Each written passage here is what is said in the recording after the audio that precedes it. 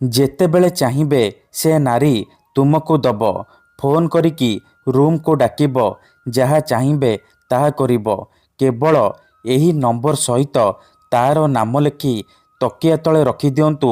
Guarantee ଦେଉଛି ଯେତେ ସୁନ୍ଦରୀ ଝିଅ ହେଇଥାଉ ବା ସୁନ୍ଦରୀ ଭାଉଜ ତୁମ ପାଖକୁ ଆସିବା ପାଇଁ ବାଧ୍ୟ ହେବ। ଯାହା ଚାହିଁବେ ତାହା କରିବ। ଆଜ୍ଞା ହଁ, ଆଜିର ଏହି ଭିଡ଼ିଓଟିରେ ମୁଁ ଆପଣଙ୍କୁ ଶିଖେଇବି ଦୁନିଆର ସବୁଠାରୁ ଶକ୍ତିଶାଳୀ ବଶୀକରଣ ନମ୍ବର। ଏହି ନମ୍ବର ସହିତ ଆପଣ ଯେଉଁ ଝିଅ ବା ବିବାହିତା ନାରୀର ନାମ ଲେଖି ତକିଆ ତଳେ ରଖିଦେବେ ସିଏ ସେହି ସମୟଠାରୁ ଆପଣଙ୍କ ପ୍ରେମରେ ଦିବାନୀ ହେଇଯିବ। ଆପଣଙ୍କର ସବୁ କଥା ମାନିବ। ଏହି ବଶୀକରଣ କରିବା ପାଇଁ ଆପଣଙ୍କୁ କୌଣସି ପ୍ରକାର ମନ୍ତ୍ରତନ୍ତ୍ର କରିବାକୁ ପଡ଼ିବନି କିମ୍ବା କିଛି ବି ପଇସା ଖର୍ଚ୍ଚ କରିବାକୁ ପଡ଼ିବନି। କେବଳ ମୁଁ ଆପଣଙ୍କୁ କିଛି ନମ୍ବର ଶିଖେଇବି। ଆପଣ ସେହି ନମ୍ବର ସହିତ ଭଲ ପାଉଥିବା ଝିଅର ବା ସୁନ୍ଦରୀ ଭାଉଜର ନାମ ଲେଖି ତକିଆ ତଳେ ରଖିଦେବେ। ଗ୍ୟାରେଣ୍ଟି ଦେଉଛି ଯେମିତି ଆପଣ ଏପଟେ ଏହି କାମ କରିବେ ସେପଟେ ସିଏ ଆପଣଙ୍କ ଆଡ଼କୁ ଆକର୍ଷିତ ହେବାକୁ ଲାଗିବ। ନିଜେ ଆପଣଙ୍କ ପାଖକୁ ଆସିବା ପାଇଁ ବାଧ୍ୟ ହେବ। ଯାହା ଚାହିଁବେ ତାହା କରିବ। ନମସ୍କାର ଫ୍ରେଣ୍ଡସ୍, ଓଡ଼ିଆ ଫଣ୍ଡା ଚ୍ୟାନେଲକୁ ଆପଣମାନଙ୍କୁ ସ୍ୱାଗତ। ଯଦି ଆପଣ କେଉଁ ଝିଅ ବା ବିବାହିତା ନାରୀକୁ ମନେ ମନେ ଭଲ ପାଉଛନ୍ତି, ପଡ଼ିଶା ଘର ସୁନ୍ଦରୀ ଭାଉଜ ଆଡ଼କୁ ଆକର୍ଷିତ ହେଉଛନ୍ତି କିନ୍ତୁ ଯେତେ ଚେଷ୍ଟା କଲେ ମଧ୍ୟ ତାକୁ ପଟେଇ ପାରୁନାହାନ୍ତି, ତାକୁ ନିଜର ମନ କଥା କହିପାରୁନାହାନ୍ତି, ଆଉ ଆପଣ ଚାହୁଁଛନ୍ତି କି ସିଏ ନିଜେ ଆସି ଆପଣଙ୍କୁ ଭଲ ପାଉଛି ବୋଲି କହୁ ଆପଣଙ୍କର ସବୁ ଇଚ୍ଛାକୁ ପୂରଣ କରୁ, ତେବେ ଆଜିର ଏହି ଭିଡ଼ିଓଟି ଆପଣଙ୍କର କାମରେ ଆସିବ।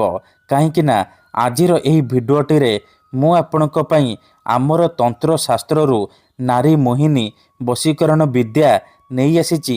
ଝିଅ ପଟେଇବା ପାଇଁ ବଶୀକରଣ ବିଦ୍ୟା ନେଇ ଆସିଛି, ଯାହାର ପ୍ରୟୋଗରେ ଆପଣ ସୁନ୍ଦରୀରୁ ସୁନ୍ଦରୀ ଝିଅ ବା ସୁନ୍ଦରୀ ପଡ଼ିଶା ଘର ଭାଉଜକୁ ଅତି ସହଜରେ ନିଜର କରିପାରିବେ। ତାଠାରୁ ନିଜର ମନ ମୁତାବକ କାମ ହାସଲ କରିପାରିବେ। ତେଣୁ ମନରେ କୌଣସି ଖରାପ ଉଦ୍ଦେଶ୍ୟ କିମ୍ବା କୌଣସି ଖରାପ କାମ ପାଇଁ ଆପଣ ଏହି ବଶୀକରଣକୁ ପ୍ରୟୋଗ କରିବେନି। ଠିକ୍ ଅଛି? କାହିଁକିନା ଏହି ବଶୀକରଣର କୌଣସି ପ୍ରକାର କାଟ ନାହିଁ। ମାତ୍ର ଥରେ, ଆଜ୍ଞା ହଁ, ମାତ୍ର ଥରେ ଯେଉଁ ଝିଅ ବା ନାରୀ ଉପରେ ଆପଣ ଏହି ବଶୀକରଣ କରିଦେବେ, ପ୍ରୟୋଗ କରିଦେବେ, ସିଏ ସେହି ସମୟଠାରୁ ଆପଣଙ୍କର ବଶରେ ହେଇଯିବ। ଆପଣଙ୍କର ଗୁଲାମୀ କରିବ। ଆପଣଙ୍କର ସବୁ କଥା ମାନିବ। ଆପଣ ତାକୁ ଯାହା କହିବେ, ଯେମିତି କହିବେ ସିଏ କରିବ। ଯଦି ଆପଣ ସେ ଝିଅକୁ ପଟେଇବାକୁ ଚାହୁଁଛନ୍ତି, ପଡ଼ିଶା ଘର ସୁନ୍ଦରୀ ଭାଉଜକୁ ପଟେଇବାକୁ ଚାହୁଁଛନ୍ତି, ତେବେ ଆଜିର ଏହି ଭିଡ଼ିଓଟିକୁ ମୂଳରୁ ଶେଷ ପର୍ଯ୍ୟନ୍ତ ଧ୍ୟାନ ସହିତ ଦେଖନ୍ତୁ। ଅଧାରୁ ଛାଡ଼ିକି ପଳେଇଲେ କିମ୍ବା କାଟି କାଟି ଦେଖିଲେ ଆପଣ କିଛି ବି ବୁଝିପାରିବେନି। ପରେ ଆପଣ କମେଣ୍ଟ କରିବେ, ଗୁରୁଜୀ ଆପଣଙ୍କର ବଶୀକରଣ କାମ କରୁନି। ତେଣୁ ଭିଡ଼ିଓଟିକୁ ମୂଳରୁ ଶେଷ ପର୍ଯ୍ୟନ୍ତ ଧ୍ୟାନ ସହିତ ଦେଖନ୍ତୁ।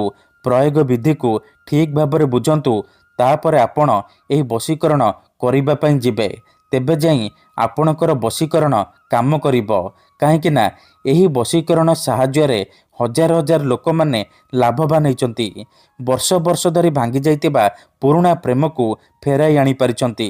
ଶାଶୁ, ନଣନ୍ଦ, ଦିଅର, ଭାଉଜ କାହାକୁ ବି ନିଜ ବଶରେ କରି ତାଠାରୁ ନିଜର ମନ ଚାହୁଁଥିବା କାମ ହାସଲ କରିପାରିଛନ୍ତି। ଆପଣଙ୍କୁ ବେଶୀ କିଛି କରିବାକୁ ପଡ଼ିବନି।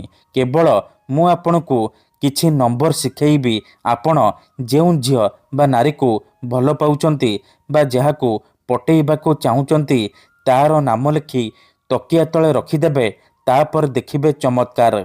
ଯେଉଁ ଝିଅ ଆପଣଙ୍କୁ ଭାव ଦେଉନଥିଲା, ଇଗ୍ନୋର କରୁଥିଲା, ସେ ଝିଅ ଆପେ ଆପେ ପଟିଯିବ। ନିଜେ ଆସି ଆପଣଙ୍କ ସହିତ କଥା ହେବ, ଆପଣଙ୍କୁ ଭଲ ପାଉଛି ବୋଲି କହିବ। ଯେଉଁ ପଡ଼ିଶା ଘର ଭାଉଜ ଆପଣଙ୍କୁ ଅଣଦେଖା କରୁଥିଲା, ଇଗ୍ନୋର କରୁଥିଲା, ସିଏ ନିଜେ ଫୋନ୍ କରିବ, ହାତ ଧରିକି ରୁମ୍କୁ ଡାକିବ।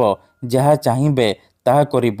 ତେବେ ଏହି ବଶୀକରଣ ଆପଣ କିପରି କରିବେ, କେମିତି କରିବେ, କିପରି ଆପଣ ନମ୍ବର ସହିତ ସେ ଝିଅ ବା ନାରୀର ନାମ ଲେଖିବେ, ମୁଁ ଆପଣଙ୍କୁ ଶିଖେଇବି। ସମ୍ପୂର୍ଣ୍ଣ ପ୍ରୟୋଗ ବିଧି ମୁଁ ଆପଣଙ୍କୁ ଠିକ୍ ଭାବରେ ଶିଖେଇବି। ଜାଣିବା ପାଇଁ ଭିଡ଼ିଓଟିକୁ ମୂଳରୁ ଶେଷ ପର୍ଯ୍ୟନ୍ତ ଧ୍ୟାନ ସହିତ ଦେଖନ୍ତୁ। ବିଧିଟି ଜାଣିବା ପୂର୍ବରୁ ଯଦି ଆପଣ ଆମ ଚ୍ୟାନେଲକୁ ପ୍ରଥମ ଥର ଆସିଛନ୍ତି ତେବେ ଦୟାକରି ଚ୍ୟାନେଲକୁ ସବସ୍କ୍ରାଇବ୍ କରି ପାଖରେ ଥିବା ବେଲ୍ ଆଇକନ୍କୁ ମଧ୍ୟ ଦବାଇ ଦିଅନ୍ତୁ, ଯାହାଦ୍ୱାରା ଆମେ ଯେଉଁ ବି ଭିଡ଼ିଓ ଅପଲୋଡ଼ କରିବୁ ସର୍ବପ୍ରଥମେ ଆପଣ ଦେଖିପାରିବେ ଆଉ ତାର ଲାଭ ପାଇପାରିବେ। ବଶୀକରଣ କରିବା ପୂର୍ବରୁ ଗୋଟିଏ ଛୋଟିଆ କଥା ମନେ ରଖନ୍ତୁ, ଯେତେବେଳେ ଆପଣ କାହାକୁ ନିଜଠାରୁ ଅଧିକ ଭଲ ପାଉଛନ୍ତି ତା ବିନା ବଞ୍ଚିପାରିବେନି ଭାବୁଛନ୍ତି ସେତେବେଳେ ଆପଣ ବଶୀକରଣ କରିପାରିବେ। କିମ୍ବା ଯଦି କେଉଁ ଲୋକ ବିନା କାରଣରେ ଆପଣଙ୍କୁ ହଇରାଣ କରୁଛି, ଆପଣଙ୍କର ଘର ପରିବାର ଉପରେ ଖରାପ ନଜର ପକାଉଛି, ଏହିପରି ପରିସ୍ଥିତିରେ ଆପଣ ବଶୀକରଣ କରିପାରିବେ। କାହିଁକି ନା କେତେଥର ଏମିତି ହେଇଥାଏ କି ଆମର ଶତ୍ରୁ ଆମଠାରୁ ପଇସାରେ ଆଉ ଶକ୍ତିରେ ବଳବାନ ହେଇଥାଏ, ଆଉ ଆମେ ଚାହିଁକି ବି ତାର କିଛି କରିପାରୁନାହୁଁ। ଏହିପରି ପରିସ୍ଥିତିରେ ଆପଣ ବଶୀକରଣ କରିପାରିବେ। ନିଜ ଶତ୍ରୁକୁ ହାତ ମୁଠାରେ ରଖିପାରିବେ। ସୁନ୍ଦରୀରୁ ସୁନ୍ଦରୀ ଝିଅକୁ ମୁହୂର୍ତ୍ତକ ଭିତରେ ପଟେଇ ପାରିବେ। ସୁନ୍ଦରୀ ପଡ଼ିଶା ଘର ଭାଉଜଠାରୁ ନିଜର ମନ ମୁତାବକ କାମ ହାସଲ କରିପାରିବେ। ତେଣୁ ଏହି ବଶୀକରଣକୁ ଆପଣ ଭାବିଚିନ୍ତିକି ପ୍ରୟୋଗ କରିବେ।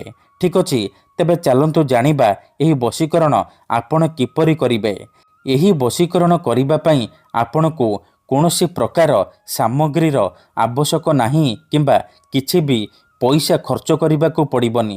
କେବଳ ଖଣ୍ଡେ ସାଧା କାଗଜ ଆଣିବେ ଆଉ କଲମ ଆଣିବେ, ଯାହାଦ୍ୱାରା ଆପଣ ଏହି ବଶୀକରଣ କରିପାରିବେ। ପ୍ରଥମେ ଆପଣ କ'ଣ କରିବେ, ଖଣ୍ଡେ କାଗଜ ଆଉ କଲମ ଆଣିସାରିବା ପରେ ଭଲ ଭାବରେ ହାତ ଗୋଡ଼ ଧୋଇକି ଏହି ବଶୀକରଣ ଆରମ୍ଭ କରିବେ। ମନେ ରଖନ୍ତୁ, ଏହି ବଶୀକରଣ ବିଧିକୁ ଆପଣ କେବଳ ଶୁକ୍ରବାର ଦିନ କରିବେ। ରାତିରେ ଶୋଇବା ପୂର୍ବରୁ କରିବେ। ଠିକ୍ ଅଛି, ନିଜର ଶୋଇବା ଘରେ ଶୋଇବା ବିଛଣା ଉପରେ ବସିକି ଏହି ବଶୀକରଣ କରିବେ। ମନେ ରଖନ୍ତୁ, ପ୍ରଥମେ ଆପଣ କ'ଣ କରିବେ, ଦକ୍ଷିଣ ଦିଗକୁ ମୁହଁ କରିକି ବସି ପଡ଼ିବେ, ଯେମିତି ଆପଣଙ୍କୁ କେହି ଦେଖିବେନି କିମ୍ବା ଡାକିବେନି। ତାପରେ କାଗଜରେ ସେଇ ଝିଅ ବା ନାରୀର ନାମ ଲେଖିବେ ଆଉ ତା ପାଖରେ ନିଜର ନାମ ଲେଖିବେ। ଦେଖନ୍ତୁ, ମନେକର ଆପଣ ଯେଉଁ ଝିଅ ବା ନାରୀକୁ ପଟେଇବାକୁ ଚାହୁଁଛନ୍ତି, ବଶରେ କରିବାକୁ ଚାହୁଁଛନ୍ତି, ତାହାର ନାମ ହେଉଛି ଲିପି ଆଉ ଆପଣଙ୍କର ନାମ ରାଜା। ତେବେ ଆପଣ ପ୍ରଥମେ ଲେଖିବେ ଲିପି, ତା ପାଖରେ ଲେଖିବେ ରାଜା। ନାମ ଲେଖିସାରିବା ପରେ ତା ତଳେ ଆପଣ 3ଟି ନମ୍ବର ଲେଖିବେ 786। ନମ୍ବର ଲେଖିସାରିବା ପରେ ତା ତଳେ ଆପଣ ମୁସଲିମ ବଶୀକରଣ ମନ୍ତ୍ର ଲେଖିବେ ୟା ଆଲ୍ଲା ଲାଏଲା ରଫିଓ। ଏହି ମନ୍ତ୍ରକୁ ଲେଖିବେ।